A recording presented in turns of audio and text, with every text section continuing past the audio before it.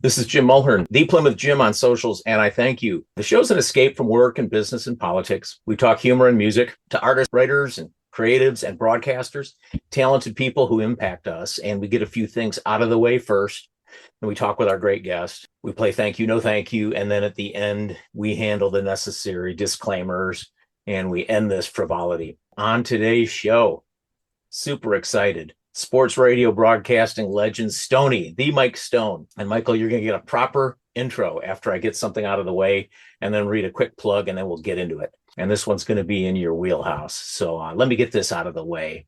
Hey, ESPN, enough Stephen A. Hey, Stephen A. Enough Stephen A.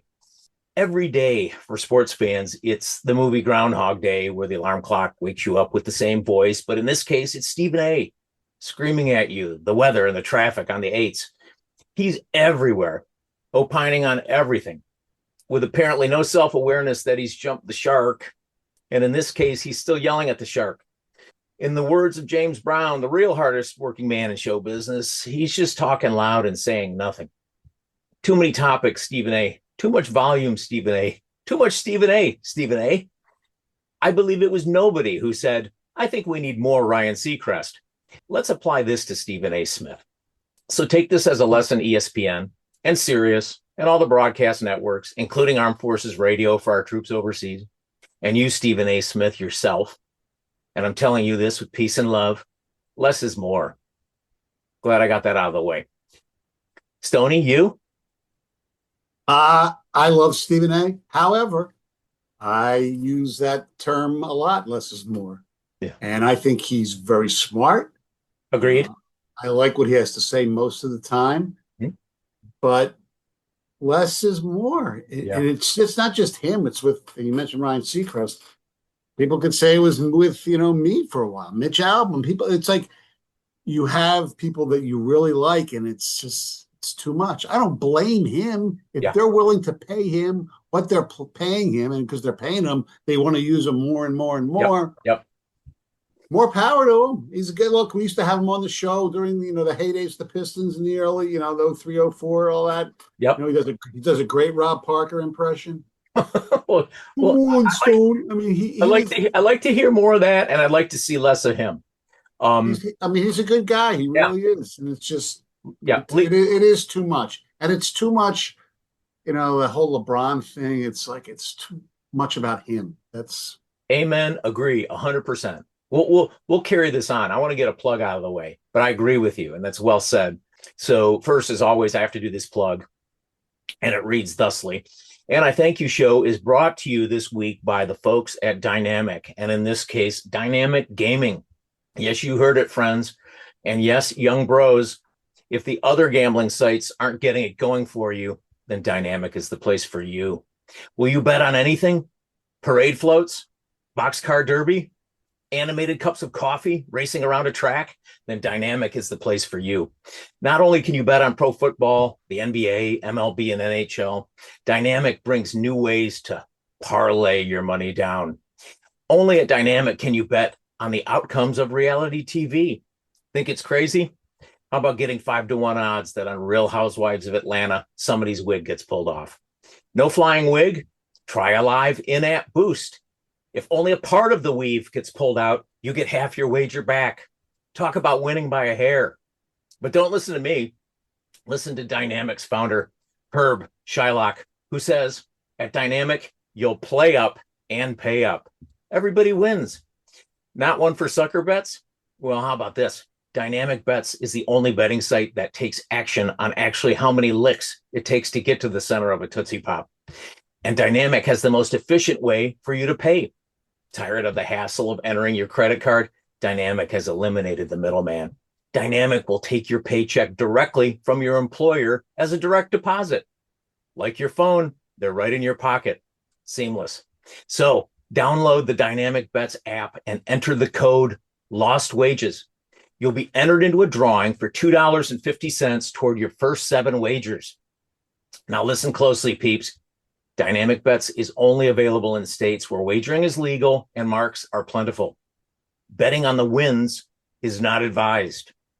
The in-app sound effects of a vacuum sweeping up dollars after a lost bet is only coincidental. Problem gambling? Call 1-800-YRS-CRWD. YRS-CRWD, you're screwed. And finally, Dynamic Wagering is a proud division of Dynamic Industries. Say what you will, it's dynamic. And I thank you. Now, on to the show. And on to a proper intro, Stoney. For you non-Detroiters who might be listening to this on iTunes or on YouTube's, my esteemed guest today is Mike Stone, legendary sports broadcaster here in Detroit. Stoney, to everyone who knows him here. Do you see this, Mike? Oh, yes. Yes. Mike. We'll talk about that. Shout out to Mr. Stone. God rest his soul. But Stoney, to everybody who knows him here and nationally for that matter, is a sports savant, a reporter, a commentator, an author. I've got the book right here, Mike. I got to reach it. The Great Book of Detroit Sports Lists, co-authored with Art Regner. A man with an encyclopedic memory for sports, pro and college. Stoney has worked in TV, but cut his reputation on the radio airwaves, elevating sports radio and sports talk radio from its birth in the early 80s to its zenith on AM and FM in Detroit. Anybody with a passing interest in sports and radio in Michigan knows Mike's voice. And with that, I welcome you, my old friend, Mike Stoney Stone, to And I Thank You. Welcome. Very nice intro, Plymouth Jim, PJ, as we like to call you in the day. Thank you, brother. You can still call me that today. Okay, oh, good. Yes, because that's where I live and that's who I am. Jim. Yeah. And I was just marveling. Look how beautiful you look anytime fit. Yeah. I'm a lot grayer than I used to be. You will always... And I wore this hat only for you because you were probably the few listeners that we ever had who listened to Motor City Mustang hockey. Is that what that is? Yeah, roll of film. Mustang Mania. We score a goal and they'd play the horse sound effect. Wow. It's not like Vipe Bear. No. Mustang. It was roller hockey. They played at Cobo. The year after the Wings went to the finals and lost. Yeah. Cicerelli and some investors owned the team, and we would split play-by-play duties between myself, Butch Stearns, and the late great our buddy Jamie. Oh wow! Mm-hmm. I think I knew that at one point, but I couldn't make out what that was on your hat. That's vintage. Yeah, well, it's because my camera is not as good as yours. Yours is sharp. Mine looks like it's going through like Lloyd Bridges Sea Hunt glasses or something. I love it. Great reference. So I was just thinking for our discussion, because we can go anywhere we want, but I was thinking about we'll do some sports, do some Detroit, do some Bruce, not get too nostalgic unless we want to, but I want to talk sports media too and have some fun playing thank you, no thank you at the end. So I was just thinking this would be like a Reddit AMA, but for geriatrics. So, grew up in Philly. Yeah. College years at American U. Talk about growing up. I don't have any background about whether you had siblings, what it was like. I had one sibling. I slept in the same bed with my sister. I mean, I had one sister. We grew up in suburban Philadelphia in a modest house. It wasn't, a shack, and it wasn't a mansion. Yeah. So upper middle class, I guess you would say at that time. Anyway, not on the main line. My mother aspired to someday live on the main line, but we never did. Main line is, by the way, like where Marion Golf Club is, Villanova, that type of. Yep. My father was a Lou Stone. Lou Stone was in the real estate business. He was a terrific athlete. He had a baseball scholarship offered to Duke. But World War II happened, so he enlisted like everybody else at that time and ended up going to Gettysburg College when he came back. Yes, he knew where the Gettysburg Address was. Sure. And he pitched there for a little bit and then decided he didn't want to play anymore and transferred to Penn State, where he would come on the radio and sing the Penn State fight song, as you might remember. Fight on, fight on. Yeah, he went to Overbrook High School, the home of Wilt Chamberlain, and had to actually guard him in an alumni game when Wilt was in high school because the tallest alumni guy didn't show up. So my father was at 6 6 foot, had to guard 6'11" at that time with Chamberlain. And yeah, I became a huge Philadelphia sports fan as a kid. I don't know why I got turned on to the Flyers, but Flyers were my life as a kid. And never skated, played a lot of street hockey. Yep. Realized at a young age that I was never going to be a professional athlete. Wasn't going to be rich enough to own a team. So I'd sit with tape recorders and do play-by-play of games. Since I remember, first one I ever did was going to a friend's house, and two of us did I wish I still had that. It was like a little reel. The Jets Colts Super Bowl III, Joe Namath. Play-by-play of that contest. And I did high school PA at Marple Newtown Senior High School, where I went to college. I went to high school, and with a famous person who was in a weird way. I don't know if you remember Jeff Zaslow. Yes. He was the husband of Sherry Margolis, as it turned out. We ended up both here for some crazy reason. Right. When he was in Chicago, after he went to college at Carnegie Mellon, he took over for Dear Abby for the Chicago Tribune and the Syndicate. Anyway, he wrote some books, and he unfortunately got killed in a car accident coming back from up north at a book signing. It was awful. So yeah, that's my high school. I went to American University, did play-by-play my last 2 years there, which were Gary Williams, the head basketball coach at Maryland, Ohio State, and Boston College. Yep. His first job was an American. Okay.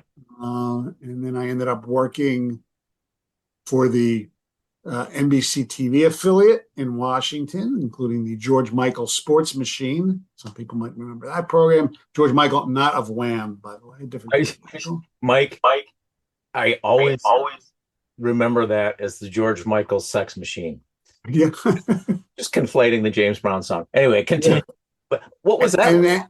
And it was a lot of fun. I mean, he somehow convinced the powers that be that we needed satellites to bring in games. And this is just like when ESPN started. So we'd be charting games for local before we even went national. I remember flying on a helicopter to Charlottesville, Virginia for a Virginia-North Carolina game that was not being broadcast in Washington, and sitting there with tapes, picking out the highlights, getting back on the helicopter, choppering over to the NBC in Washington, and just dropping the tapes from the helicopter at 11:05.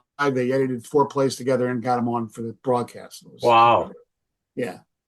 So we did some crazy things, and make a real long story short, after being there for 5 years, I wanted to get on the air. I knew it wasn't going to happen. So I did the stupid thing of quitting a job before I had another one. Of course. So I worked as I wouldn't call it a bouncer, because that's not I was like a greeter at a bar in D.C., which was a great bar town. Got sucker punched on St. Patrick's Day. Realized I needed a real job. And a guy who worked at another TV station in Washington, was the main sports anchor. It was the Fox station now, but it was Metro Media before they became Fox. Okay. Was moving to Detroit and needed somebody with NBC ties because of the Sports Machine and other things. I knew like everybody at NBC, all the sports stations across all the from the news. Wasn't Sports Machine syndicated? It was syndicated, yeah. Okay. But it came out of an NBC station in Philly. In Washington. In Washington, rather. Sorry. Yep. Yeah, and we also ran the sports feed for the news, because if you were sitting, well, even here, if you're here, and there was, like I said, it was right around the infancy of ESPN. Yep. And the Celtics are playing Philly in a game, but there's no television of it. Right. So we would arrange for the games to get, or not the whole game, but the highlights to be fed. But we had satellites, so we'd record more games than anybody else. I would voice them, and they would go on. And Mark Wilson, used to tell stories where he and Warren Reynolds of Grand Rapids, because the highlight package would come in 4 minutes before they went on the air, so they had no time to turn them around. Right. So at the smaller station, Sixers play the Celtics in Philly. Here's Michael Stone of NBC News, and there'd be a little 40 seconds of me giving a narration of the game. Anyway, so I go back to the person needed somebody with NBC ties. I needed a job, so Bernie Smilovitz got the WDIV job here. Came to He work brought with me to be Bernie. his producer. Yep. And lo and behold, the rest is kind of a really weird history because DFN then started after Bernie actually left to New York before he came back. And I applied for the DFN job because I had some radio tapes, as you know, producing and being a sidekick for Mitch Albom on the Sunday Sports album Yep. on WLLZ.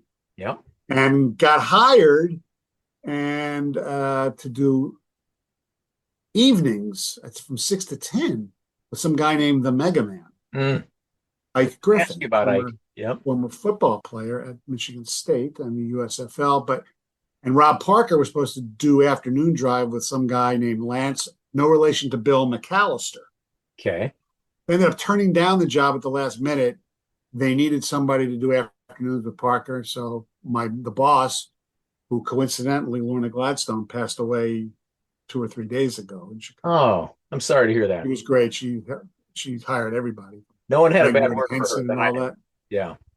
Anyway, so I teamed up with Rob. Rob left to go to New York, his hometown. Yep. They were right for the route. They replaced him with Wojo, and now I can say the rest is history. The rest is history. Yeah. Well, that's important history, right? That's where we met up. Well, no, we met up when I waited on you and Mitch at Maria's. That's right.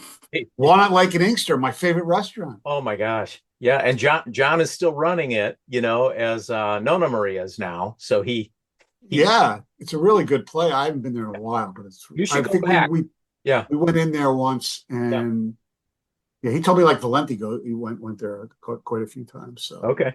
Oh yeah. John's taking care of West Bloomfield's elite still out there on that. So, but so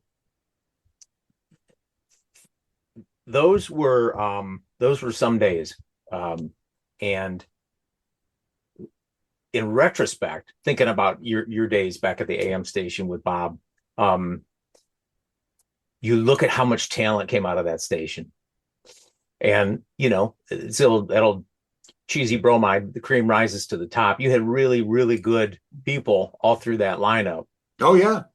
And, who've moved on, you can name all of them, right? But you know who the most famous probably one is now nationally? Rob? No. Pash? I don't know who. Yes. Yeah. Okay. Yeah. Dave Pash, former update guy. Yeah. Yeah. No, and he does a great job and did a great job with Bill Walton. My God, yes, he died. I mean, and John Bloom is the play-by-play voice of the Phoenix Suns. Yes. He was an update guy who actually, he married a girl from here. So he's going to be in Boyne City all summer. So I usually get to see him. Well, you tell him PJ said hello. And John, who uttered that ultimately forgettable thing. We used to make fun of him a little bit because he would say about Izzo's teams, they were such a family. So, can't say that about a lot of teams. I said, tongue planted firmly in cheek, but he's done well. But I mean, Rob extraordinarily well. Brandon Tierney does middays on WFAN in New York. Yep. Is he still on with Tiki Barber? No, they switched. He's on with some guy named Sal Licata. Oh, right. Yeah. Tiki does afternoons with I think the guy's name's Evan Roberts. Okay. Who else? We had Van Earl for a while, who I actually just spoke to the other day. He was on my list, Michael. He's a caddy. I don't know if you saw the series Channel 4 did about a year ago, 2 years ago. So he caddies a pretty respectable club in West Palm area, Jupiter area in Florida during the winter. And he just called me. He says, so where you're caddying this summer? Because he usually changes because it's too hot in Florida in the summer. He's going to be at historic Wingfoot in Westchester County, New York this year. Okay. He doing okay? Yeah, I mean, he's for a caddy. Yeah. Okay. Yeah. Yeah, he's doing. He likes it. He likes it. Gets good exercise. And when you're a caddy at those type of clubs, if you do 2 loops a day, you're getting minimum of $200 a day. Yeah.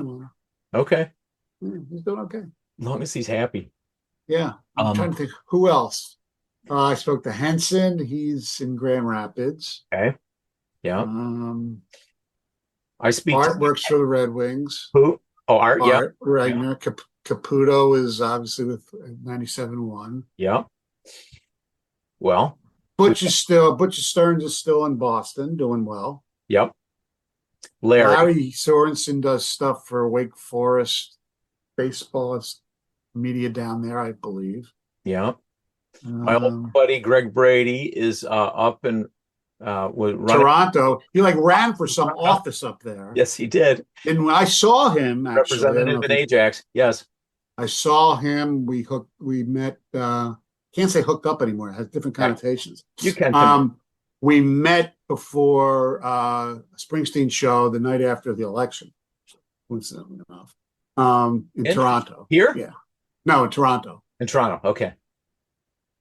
So I speak to him periodically. Okay. Matt Shepard went to do Tigers, and we know he's not doing that anymore. Yeah. Yeah. You mentioned Ike. I was gonna jump into thank you, no thank you, because the first person I was gonna ask you, and you can say thank you or no thank you, is Nancy Dinellen. Yes. In fact, I wonder if because she was friendly with Lorna too. I wonder if she knows. The fabulous sports babe. Fabulous sports babe. For you uninitiated. Yeah, she caught a lot of shrapnel back in the day, but I thought she was good at what she did.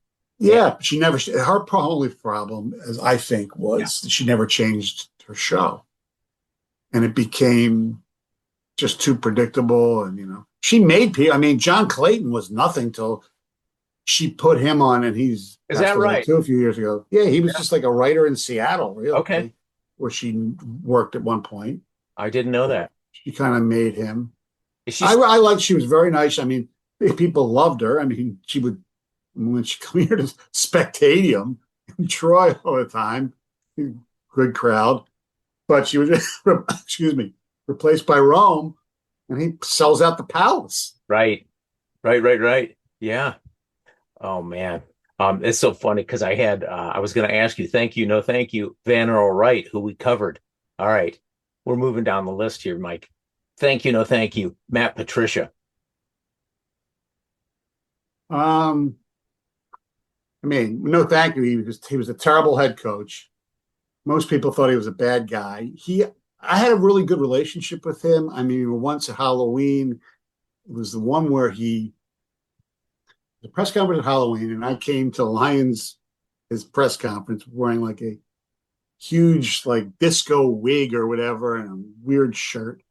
And then right before I was going to ask a question, is when he went off on Michael Rothstein about his posture and all that. I just took my wig off and my glasses and said, this isn't going to be the day for that. But he and the Lions were one of my daughters.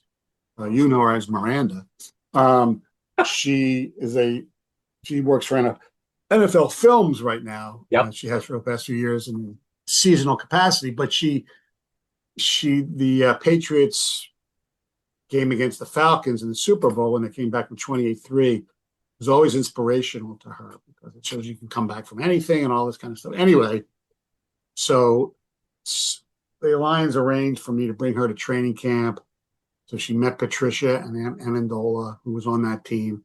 And they gave her, I had no idea, they gave her a picture of the scoreboard that said 28-3, and he signed it enough. So Patricia's was very good to me, but he just was not a good people person. He just had no people skills. Yeah. That's his biggest problem. His biggest hang up. Huh. All right. I'm going to jump around.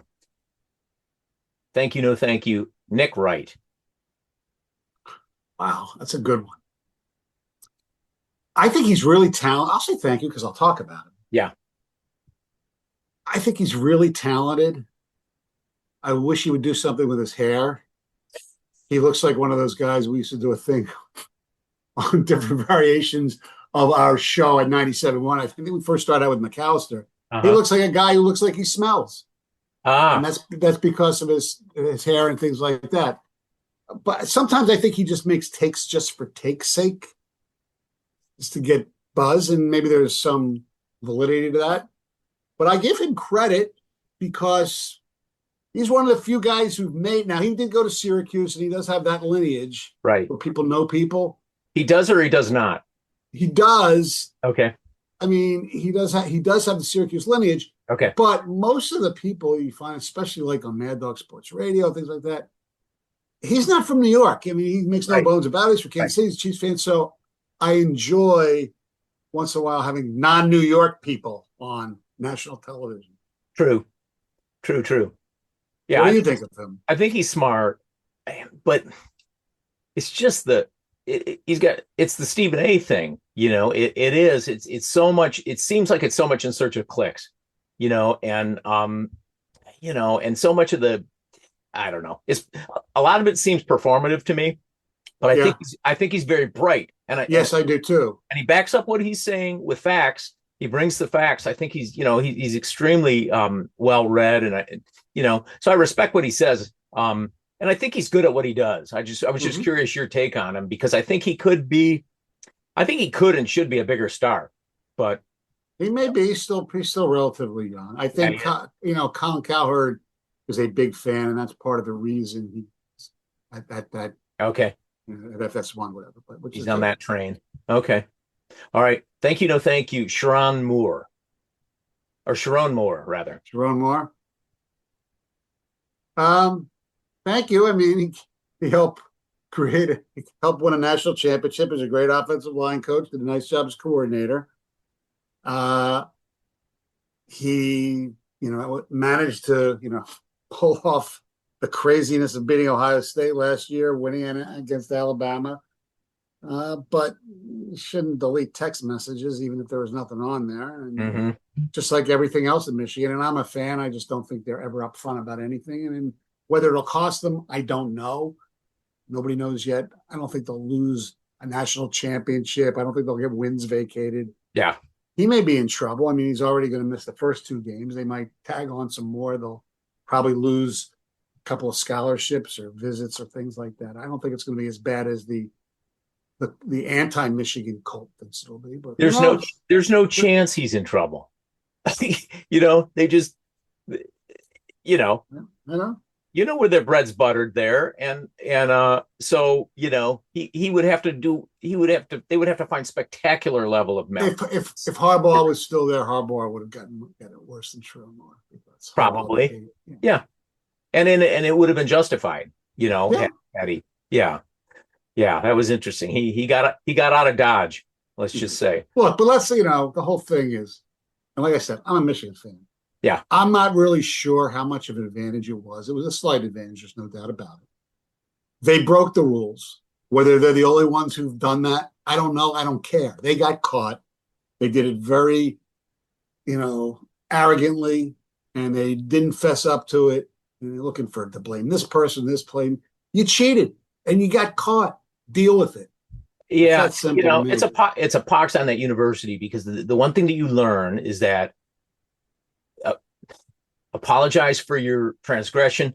Yes. The heat, and people will move on. Cover up is always worse than the crime, and people are always going to suspect you. And for that university, I got my degree from there, but that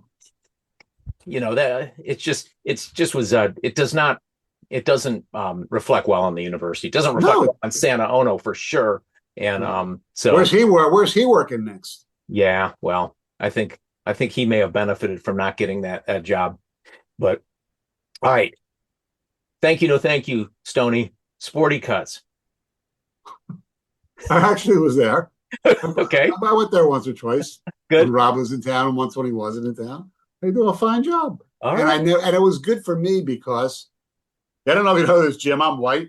I never experienced the whole barbershop culture. Go ahead.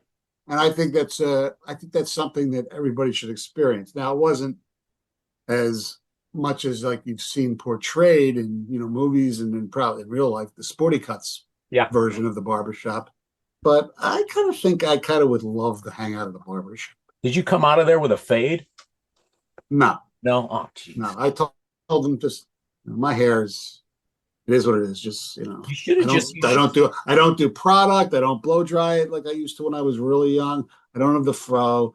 Just I get out of the shower and I comb my hair back. should at least tell the listeners you got the fade. You can play along with that. That's true. For your street cred. All right. By the way, in 20 minutes, I might be getting a call from to be on a Lansing radio station with Jack Ebling. So good morning. All right. Well, tell Jack hello when you see him.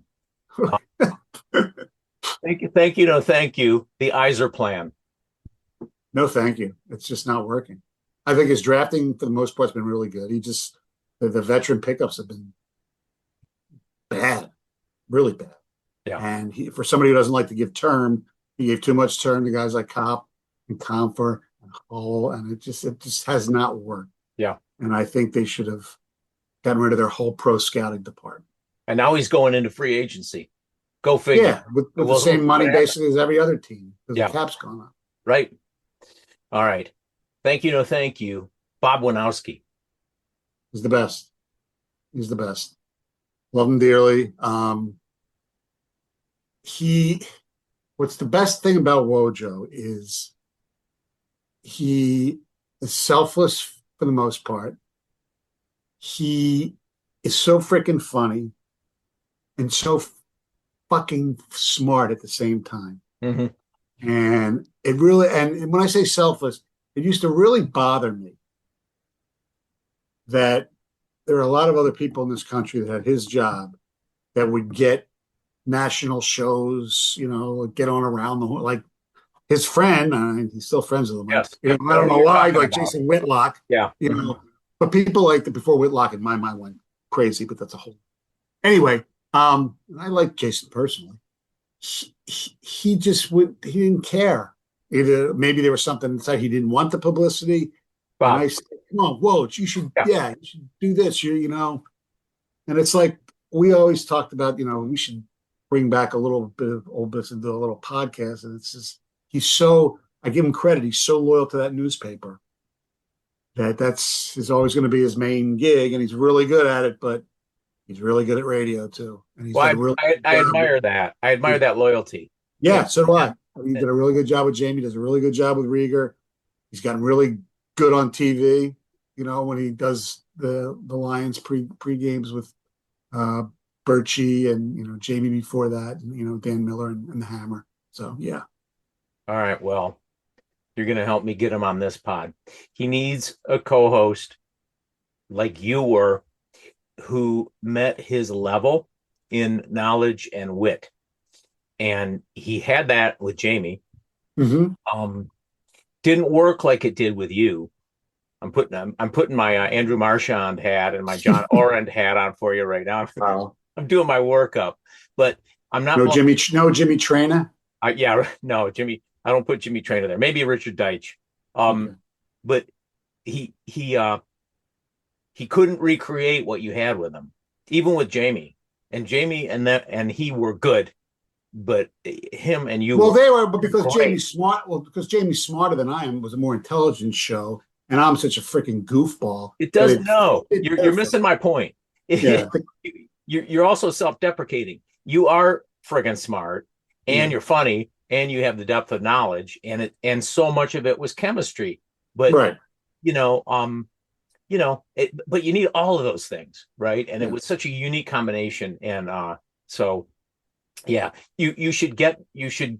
They're stupid at that station to not try and get that band back together, at least on a semi-regular basis. But part of that, to give the station credit, they always, like when we first got there, and I was thankful that they hired me, number one. Yeah. They kind of wanted to, differentiate. They didn't want it to be I get that. Which I understand. Mm-hmm.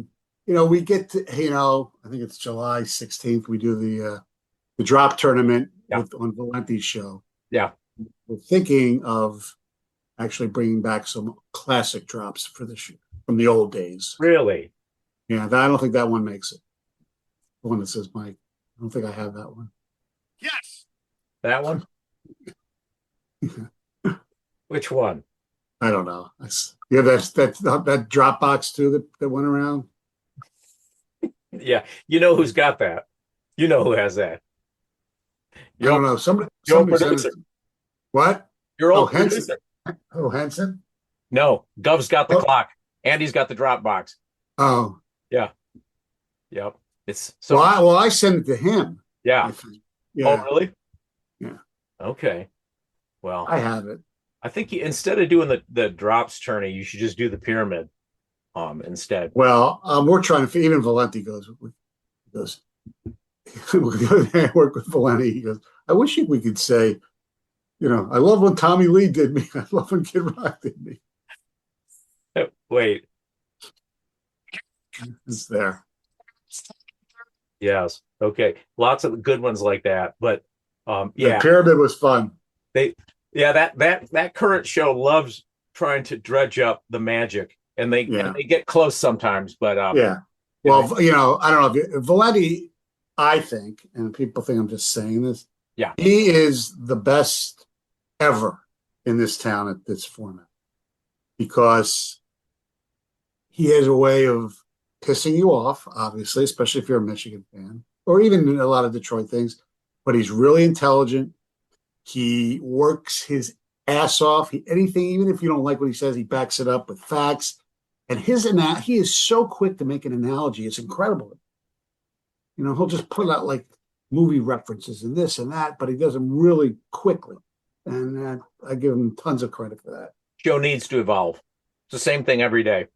And it feels like, and you were there, right? You did that. You did that drive time show for 100 years, right? Mm-hmm. And it's hard because if it ain't broke, don't fix it. But I won't go into his show. He's extremely talented and knowledgeable. It just feels a little formulaic to me. It's kind of the same thing every day. And the football thing's formulated, which is I understand because football is king. And if you're granted the Tigers are good right now, but if the Tigers were what they were before they got hot in August, with nothing going on, people were, especially the Lions are good. All people want to do is talk about football, and they thought it was smart enough, and it was to do, two little football vignettes, whatever you want to call them. Now they replay them, but how many people, as we know, only listen to 20 minutes of the radio, so the replay thing is smart. I agree with that. It just feels like an old bit all the time. Old bit, but that's just me. He also could benefit from somebody who also could raise to his level. And I like Rico. I just, it's tough being on the air with Mike Valenti because he's such a big presence and he's so, he's a huge personality. So I don't mean to. Well, I enjoyed working with him because I know my limitations now as I've gotten older. I compare myself to Frank Tanana. I don't have the high heater anymore, but I can still be a crafty left-hander at times, even though I'm right-handed.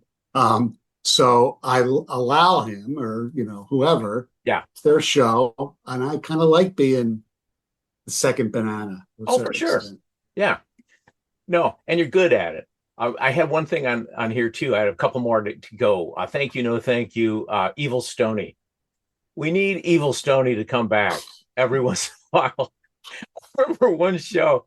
I don't know who it was. Somebody was talking. I think it was Jennifer Hammond, and she was making a comment on something, and you were personifying Evil Stoney, and you just said, "No one cares." No one cares. Well, no one cares about Evil Stoney. I do. So bring him back, for God's sakes. Well, I woke up my dogs. All right. Thank you. No, thank you. Don Swindell. Oh, one of the talented human beings of all time at many stations. The songs he would come up with, the parody songs, obviously the imitation of William Clay Ford Jr. or Sr. did not go over very well with the Lions themselves, but he was amazing. He had a skill. Yeah. Now he was the ultimate close talker, and he would just walk up to you and be trying to talk. But oh boy, that was him. He had his shtick. He'd always do his John Lennon. Remember? He'd go, "Oh yeah, oh yeah." Oh, the Squares. Come on, he was everybody on the Squares. Oh, it was the best. That was appointment radio. All right. Yeah. Thank you. No, thank you. Gus Johnson. I put Gus with the we were talking about with Stephen A to a certain extent. The less is more. Gus, when he came out of nowhere, at least I wasn't fine. I thought he was unbelievable, rise and shine. He got, very fortunate. He had all those games in the tournament that came down to the wire. Yeah. Really smart guy. I think I met him maybe once. Nice guy. I just think it's too much. I mean, and every guy's got to have a nickname. It's not, like was it Marvin Harrison? You call him Maserati Marv and this, and it was almost the calls became caricatures, and it shouldn't have been. It should have been more natural, in my opinion. He's really good though. He's really smart. He went to my high school. He was a couple years under me. Oh, I know, UD High. Yeah, and great, and a good guy. But the histrionics, everything doesn't have to go to 11 all the time. That's my problem. I say right. I got to turn down the sound. I want to hear the call of the game. It's just too much manufactured excitement for me. Thank you, Mike Florio. Wow.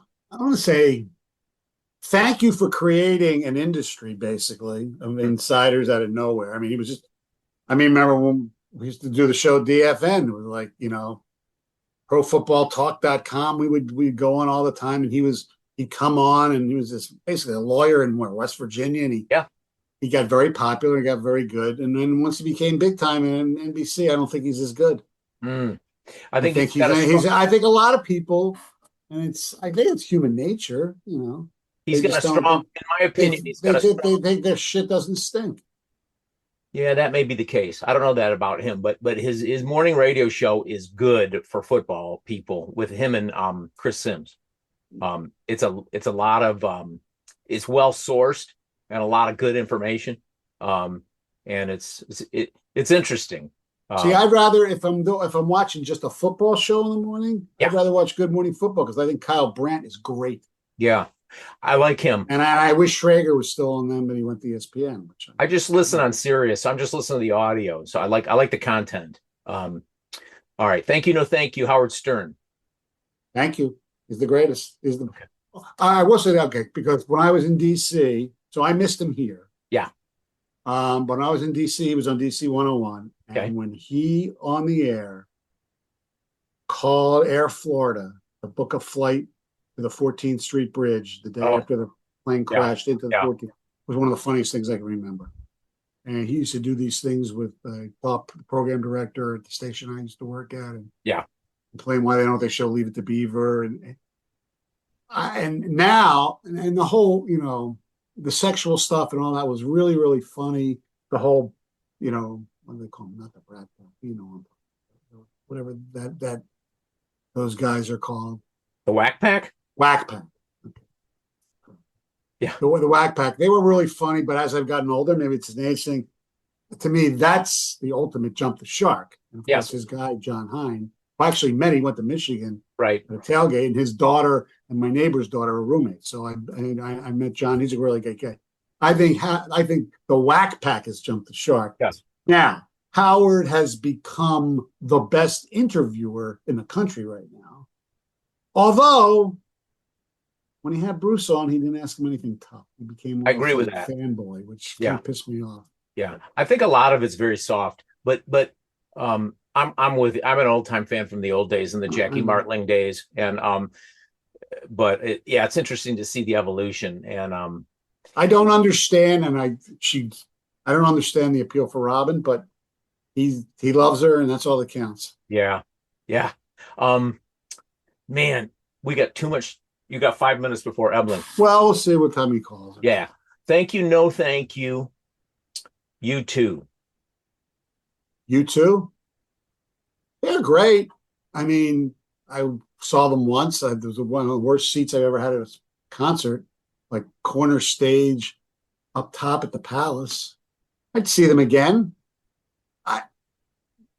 I think they write. I think Bono writes terrific songs. I think they're very good. I just don't understand. I mean, it's not hard rocky enough for people to go crazy. Yeah. But that's because I'm biased. Yes. Yeah, you know what you like. That's interesting. Thank you. No, thank you. Patty Scelfa. I think she's really talented. I mean, at one point, I thought she's the Yoko of the E Street Band. No. The years have evolved. I've gotten to appreciate her as his wife more than a performer. I mean, some of the stuff she did, Rumble Doll, I kind of liked. Me too. And he needed her, obviously. They're married. They have 3 kids, and one's an Olympic equestrian with the name Jessica, kind of like my daughter, who never got to the Olympic level, but she got to D1 and then decided she didn't want to do it anymore. But yeah, she was very. Oh, I got a cramp Charlie horse here. Whoa, hold on. This is great. Just walk around here for 2 seconds. There you go. All right. Here. That should be good. That's what happens when all right. I'm with you, Mike. I think she's good. I like her a lot more. And yes, and then the picture of when I ran into him at the Atlantis, he took a picture of me, Cindy, and my girls, and she took the picture. She was very nice. Oh, that's cool. And, yeah. So, and God rest. I mean, God hope she's got severe cancer, multiple melanoma. So does she really? Yeah. I don't think I knew that. Mm-hmm. Thank you, no thank you. Disciples of Soul. Great book. I love the book. Yep. The documentary is incredible. Agreed. My only problem with stopping. Stop it, Rosie. I'm talking to somebody. That's not Rosie Palm, is it? What? I said that's not Rosie. I think sometimes Stevie thinks that he invented rock and roll. Oh, you think? I think he's a little too high on himself at times, and he'll take it the wrong way because everything else. I think he's great. I think his solo career or his non-Bruce career. I'm not musically. Yeah. I went and saw him when he was at the Opera House. I think it was. Yeah, they were great. I wish we'd perform more without Bruce. I think he's wonderful. I think he's a great follow on Twitter. We got into an argument once. I thought that was funny. Yeah, we disagreed. We disagreed on the Super Bowl set list that Bruce was. Oh man! All right, rounding for home here. Thank you, no thank you. Bruce's 100-piece band. I have arguments with some of my friends who they don't think he jumped the shark, but they don't like it. It would be better let's go.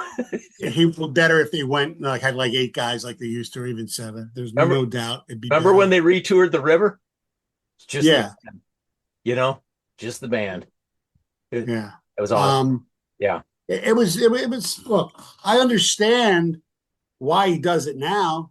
Me too. Because he can't do what he used to do. I mean, vocally. I mean, it's different. I used to love, the Miami Horns or whatever they used to call the East Street Horn. Before back in the 80s when he'd have a horn section every once in a while. The Kingfish, Eddie Mannion.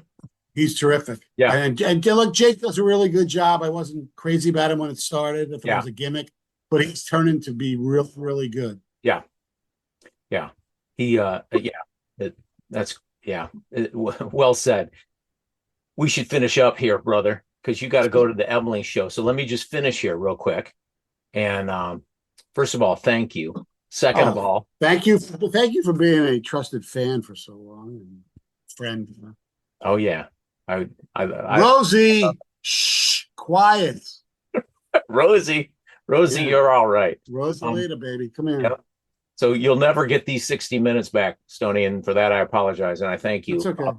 We're going to end the show with a couple disclaimers and some thank yous. And I Thank You show is not part of a complete breakfast. And I Thank You show is still available tariff-free. 4 out of 5 dentists recommend And I Thank You show in between flossing. The studios of Arthur Street Weirdos is not a nut-free facility. And lastly, And I Thank You show should not be played during boat parades. And now for something completely different, my heartfelt thank you to you, Mike Stone. Hey, Rosie. Who's the other one? There's Rosie and there's Sammy. Sammy is a deaf dog. He was named after Jamie, by the way. Oh, Sammy. I've heard you talk about that dog you named after Jamie. Yep. Oh, well, be good to that dog. Yeah. In Jamie's honor. Where can we find you other than spot duty on 97.1? Well, you can find me practically every day in July. I'm working Okay. a lot. Are you doing any pod work? You were doing the podcast. We do a podcast. Me and my friend Evan Jenkins, Restore the Floor. Okay, that's what it is. Podcast. Restore the Floor. Me and Jennifer Hammond do a Lions post-game show on 97 on the Ticket. And I did a podcast with Justin Rogers after every Lions game as well. I don't know if that's going to continue or not this year, but hopefully I'll get more pod work. I periodically appear on Fox 2, like once or twice with either Pat Caputo or John Neo, and occasionally Wojo or Birchie, but our good buddy Dan Miller is the greatest. Yep, Dan. Yep. Very good. Very good. Mm-hmm. All right. Well, look for that. Did we miss anybody? By the way, so you're one of the few people that would remember this. What? Do you know who West Bloomfield High School just hired as their head softball coach? Their head what coach? Softball coach. I do not. Mike Bauer. Mike Bauer. Oh, Bauer. The meat shop. Yeah. The meat shop. Yes. He moved here, and I saw the AD because I still do the PA at West Bloomfield game. So I knew he lived here because I ran into him at one of the football games. Oh my God! And I guess his daughter's a really good softball player, and they hired him to be the coach. Well, good on them. Hopefully, he's a good coach. Copernicus is not coaching third. Okay, good to know. Yeah. The beef shop, as Bob would say. So, that's awesome. Well, hey, real quick, And I Thank You Show is a production of Arthur Street Weirdos, written by yours truly. Theme music is by Royalty Free. Brand creative is by Brad Lutz. If you're consuming this fine product via Apple Podcasts, Spotify, or the like, please rate and review. 5 stars is nice, and frankly, it's the least you can do. And if you're watching this on the YouTubes, please subscribe and give this episode a thumbs up. And all of this will help people find us so they can waste their valuable time.